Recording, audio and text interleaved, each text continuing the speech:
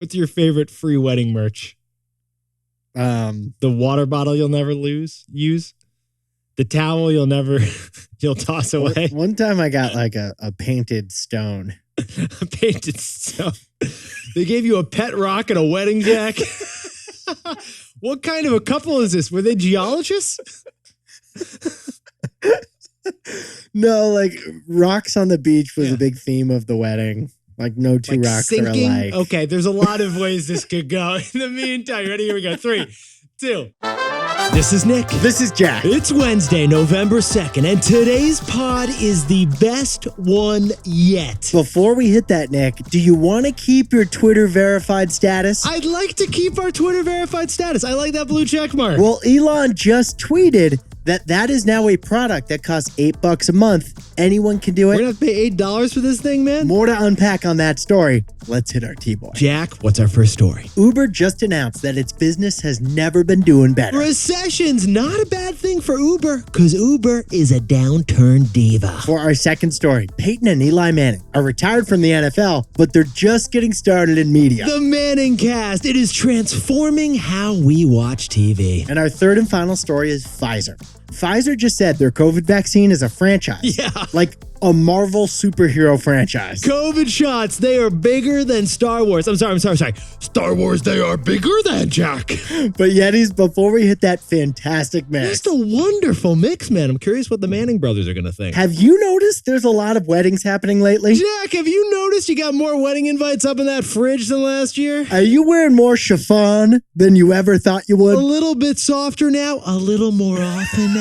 Yetis, we already knew 2022 was the year of weddings. All right, but Jack and I just discovered we just had the day of the weddings within the year of the weddings. Get this. According to whoever keeps track, the most popular wedding day of the year was this past October 22nd. Apparently, more people said I do on 10/22 than any other day of the year. 90,000 American couples got hitched on 10/22 this year. 90,000 huge smooches were smooched on October 22nd this year. But it's not just the 22nd day of the month that made this wedding magic. All right, this is the shocker. 3 out of the 5 most popular wedding dates, what month are they in, Jack? October. They're in October. Is it the fall foliage? Jack, maybe it's the pumpkin spice up your relationship. There's something in the air in October. Yeah, during October, it's not the bugs, it's probably the open bar. So if anyone objects to this wedding statistic, yes, Jack, speak now or forever hold your peace. We now pronounce October 22nd the most romantic day of the year. So, Jack, what's the takeaway for all our buddies who want to get married on October 22nd? Go snag next year's October 22nd. 10/22/23, it's already sold out. Let's hit our 3 stories. 15 years before this song, 2 boys from the Northeast met in the dorm. They had an idea that caused a cultural storm. It's the best one yet, but the best is the norm. Jack, Nick, that's it. I don't even think they need to practice. 50%, that's a fat tip. T-Boy City on your list. If you know, you know, cause we ready to go. We can't wait no more, so just start the show. Start the show. For our first story, Uber literally surged 12% yesterday. Like the stock literally surged 12%. Because Uber just revealed it's a downturn diva. It's a downturn diva. All right, Jack, can I vent for a sec? Can I vent with you for a sec here? Okay. That's what I'm here for. Tuesday morning, the price of an Uber X to go like 1.5 miles from Pacific Heights to downtown San Francisco. How much? $42.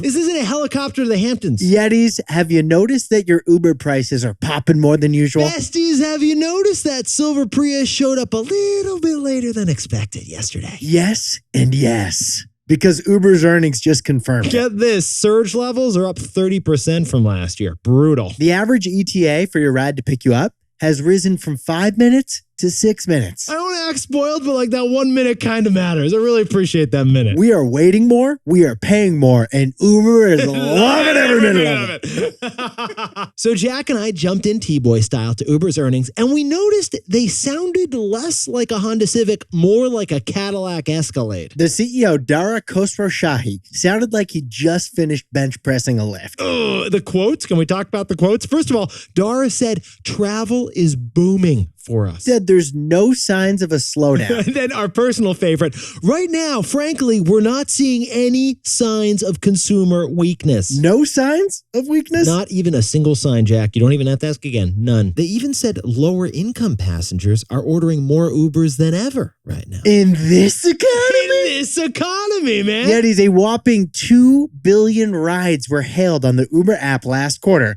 helping the rides revenue jump 73%. Sit down, stand up, and sit in the back of that Camry again. Okay, but Jack, here's the other big question. People are going out more. You're hitting the restaurants. What about food delivery? Food delivery is crushing it as well. Oh my, are you kidding me? Revenue for Uber Eats also jumped, not as much as the rides business, but up by 24%. Pad Thai Tuesday is killing it. So Jack, add it all up, and what are we seeing over at Uber? October, which wasn't included in the earnings report, is looking like Uber's best month ever for both mobility and total bookings. So Jack, what's the takeaway for our buddies over at Uber? Uber is officially a downturn diva. Now, Yetis, all of that intrigued us, but what Jack and I thought was the most powerful part of the earnings call happened at the very end. CEO Dara Khosrowshahi said, the macroeconomic environment is actually helping us. As in, recession-like conditions are making Uber's business better. Because the number one thing Uber needs right now, and the big issue it's had during the whole pandemic, it needs more drivers. Well, 70% of new Uber drivers say inflation and job insecurity are what push them into Uber. If the recession gets bad and unemployment rises, that could boost the supply of available Uber drivers even higher. Plus, Uber now offers so many price points, they're not worried about losing riders these days. Because a downturn would give it more drivers, which would keep the prices of rides more affordable. So yeah, most businesses, they suffer during a recession. But a few, like Uber, are downturn divas. Dara is a fierce downturn diva, Jack. For our second story, the Manning brothers, Peyton and Eli, are building a media empire beyond football. The MVP example of return on talent. Are you talking about ROT, Jack? The old ROT? The old ROT. Actually, the brand new ROT, because we just came up with the term. It is a new thing. We just created it yesterday. Now, Yetis, the Manning brothers. The Manning brothers, 2 brothers, 4 Super Bowls, 3 foreheads between the 2 of them. We should clarify. Peyton Manning has appeared in more Super Bowl commercials than he has appeared in Super Bowls. What do I got to do to get you into this MasterCard, Jack? That's right. You haven't launched a product unless a Manning brother has endorsed it on TV. The Manning brothers just sat down for an interview with our buddy Kendall Baker on their brand new startup. And Jack, what's it called? It's a couple years old. Omaha. Omaha production. If you hear a Manning yell Omaha, you're like about to bust a vertebrae. You just want to be careful when that happens. Actually, your defense is about to get split by a seam right up the goal line. It's not a good thing. But actually, it means there's a gap in your defense and the Mannings are about to exploit it. All right, we're going to toss the whiteboard aside for the second. In the meantime, Yetis, here's what Jack and I found fascinating about this story. There's a new trend happening because when athletes used to retire, they used to go to Disney World and play golf for 6 years. Now when athletes are retiring, they're launching media startups. For example, LeBron James's Spring Hill Entertainment is worth $725 million. Tom Brady's media company just raised $50 million. Kevin Durant has a media company called 35 Ventures, Invest in Media. Steph Curry has a media company called Unanimous. We should point out, none of those 4 guys is retired They've yet. all got some gray hair, though, and we think this is their post-game plan. The Mannings, however, are retired, and they have Omaha production. Which is famous for having 2 digital shows right now. 2 key shows, Peyton's Places and the Manningcast. And the way Jack and I see it, we think their core show, the Manningcast, actually reveals an interesting media insight right now. The Manningcast is a simulcast of Monday Night Football. That is key, because if you want to watch like your classic play-by-play with like Al Michaels yelling about the second down for the second time for the second straight minute on Monday Night Football, You can just watch that on classic ESPN. But, Jack, if you want something totally different, you could watch ESPN simulcast with the Manning brothers. It's probably on ESPN2 or streaming on ESPN+. Now, Yetis, if you haven't watched the Manningcast, it is an alternative feed of that same football. The game is on the screen, like the game between the Giants and the Jets or whatever, but the two Manning brothers are chatting. Right. They're just watching the game and chatting. Like they're hanging out on a couch. It's just us, you, and them. And the Mannings also invite some buddies over for like the third quarter. For example, last week, the Mannings had President Barack Obama hanging out with them watching the show. Yeah, his favorite team, the Chicago Bears. That was the Manningcast last week. So the Manningcast brings the casualness of social media and like an Instagram Live with the distribution of legacy media like ESPN. So, Jack, what's the takeaway for our media buddies, the Manning brothers? Low production budget, high viewership, that is return on talent. Return on talent. The old ROT. Now, yes, if you want some bang for your buck in media these days, pay a star who doesn't need any CGI graphics. Pay some talent who can just be themselves and compel people to watch the product. The big budget Lord of the Rings and like the House of Dragons on HBO, yeah, that gets the most headlines. But the biggest return goes to much smaller productions than those. For example, cable gets ROT, return on talent, with reality TV. It's way cheaper to let singles mingle on Love Island than to pay the whole cast of Friends to come back to the set. Streaming like Netflix gets return on talent with comedy specials. Pay Amy Schumer for a 2-hour stand-up special. That's way cheaper than producing a whole movie. And now live sports is getting return on talent with multicasts. The Manning brothers got paid a reported $15 million this season to do that Monday Night Football simulcast. That's it. Just $15 million. That's less than $1 million a game. And their talent got President Obama to join. Low production budget, high viewership. Jack, what is that formula? Return on talent. ROT. The old ROT.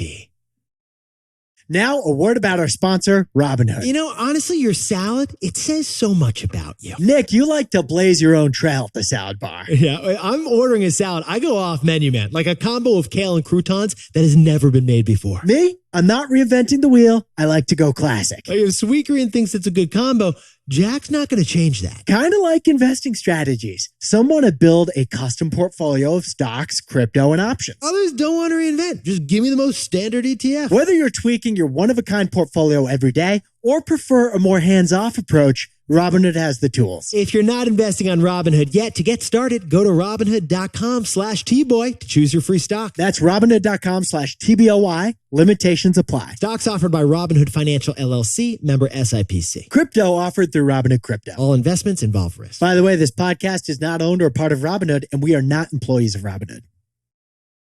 For our third and final story, Pfizer just announced it expects, you know what, they just expect an insane number. We'll share it with you in a bit, but they just told us how much money they're going to make on COVID vaccines.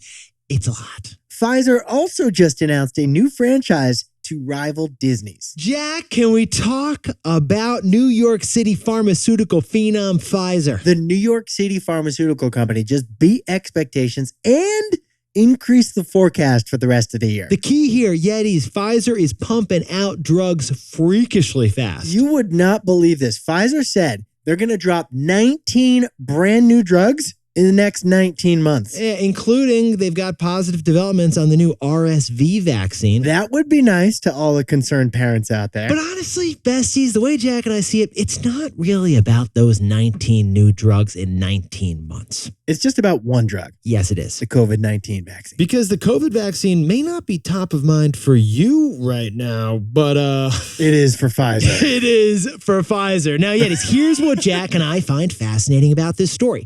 When we were checking out the earnings, we noticed they said the word franchise 15 15 times. Franchise? Franchise? Like the quarterback that Chicago Bears need? Franchise? Like the new McDonald's store that opened up around the corner? No, they're actually talking about their old vaccine. Yeah. They're talking about the COVID-19 vaccine. Literally, they said, we believe our COVID-19 franchises will remain multi-billion-dollar revenue generators for the foreseeable future. Now, Pfizer announced that they sold fewer doses of their COVID vaccine compared to last year. But they sold those vaccines at a way higher price, Jack. Last year, they sold COVID vaxes for $30 a shot. Yeah, there was a public pressure to keep the prices down during the pandemic. But today, they don't sell to the government anymore. They're in the private market. And so they jacked up the price to over $100 a shot. $100 a shot. So yeah, Pfizer, they're selling fewer COVID shots than they used to. But they're selling them for 4 times the price. Add up that jacked up price and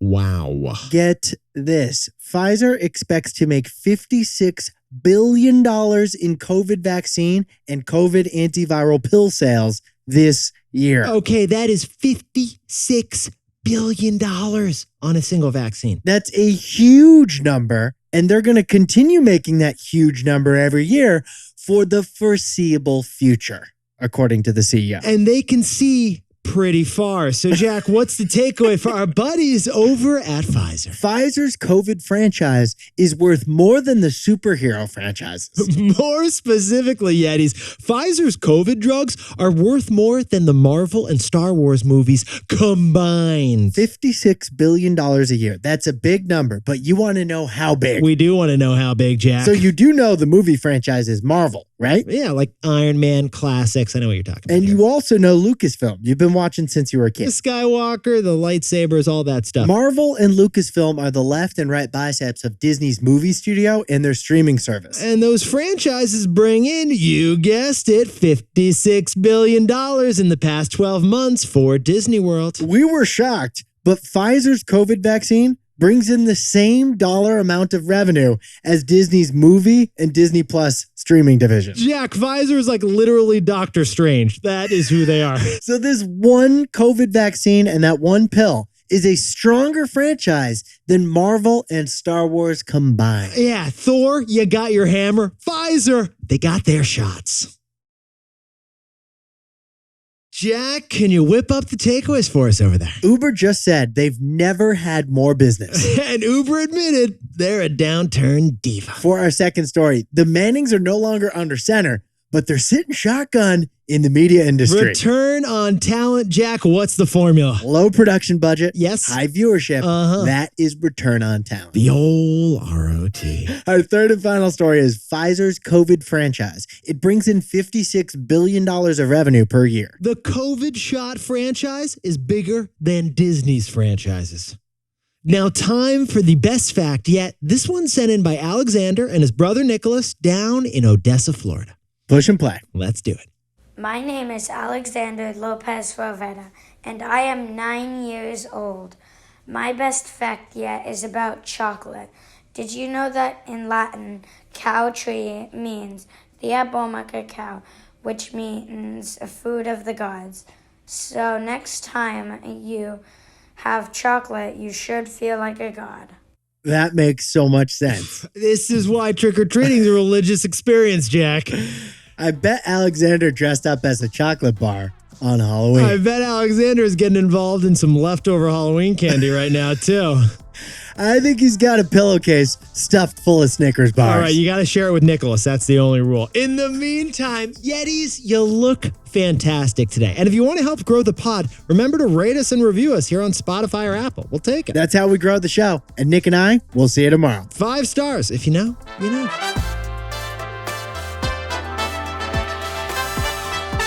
And before we go, happy 28th birthday to Dish Lamachane, who's in San Francisco, but his girlfriend Camilla has a surprise for him. We heard you've been long distance between Philadelphia and Columbia for a while. So, hope you're free this weekend. She's taking you to Napa. You're going to enjoy some Pinots and some Prophet Puppies. Sip well, waft twice, drink once. And Daniela and Rudy Pierce, 2 expats living in Malacca, Malaysia. Happy 4-year wedding anniversary. Congratulations to Adriana, who's getting certified as a money coach in Montreal, Canada. And Mia, Virginia Panzer, the Middlebury Panther, happy birthday from Cohasset by the Sea. Right outside of Boston and lives right down the hall from us sophomore year. True story.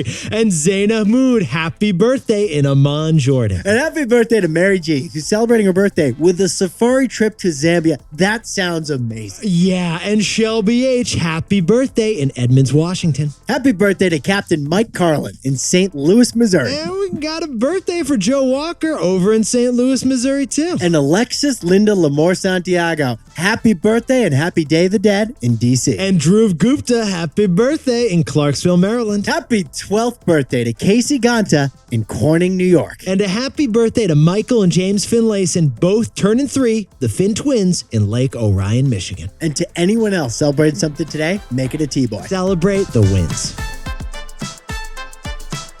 This is Jack. I own stock of Disney and Netflix, and Nick and I both own stock of Robinhood.